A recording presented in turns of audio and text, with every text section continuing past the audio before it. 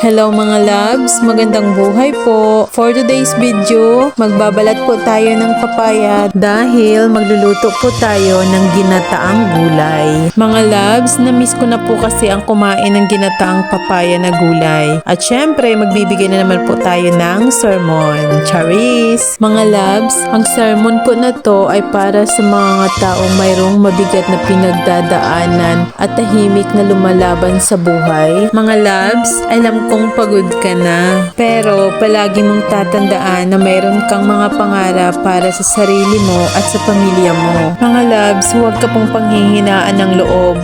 Huwag ka ring matakot na sumubok. But, don't pressure yourself. Mga loves, iisipin mo pong palagi na lahat ng sacrifices mo ay merong ginhawa at soon ibibigay ni Lord yung deserve mo. Mga loves, huwag kang susuko. One day, naniniwala po ako sa iyo na magtatagumpay ka. Mga loves, walang sukuan ha. Natapos na nga po pala ako magluto. Sending good vibes. Thank you po for watching.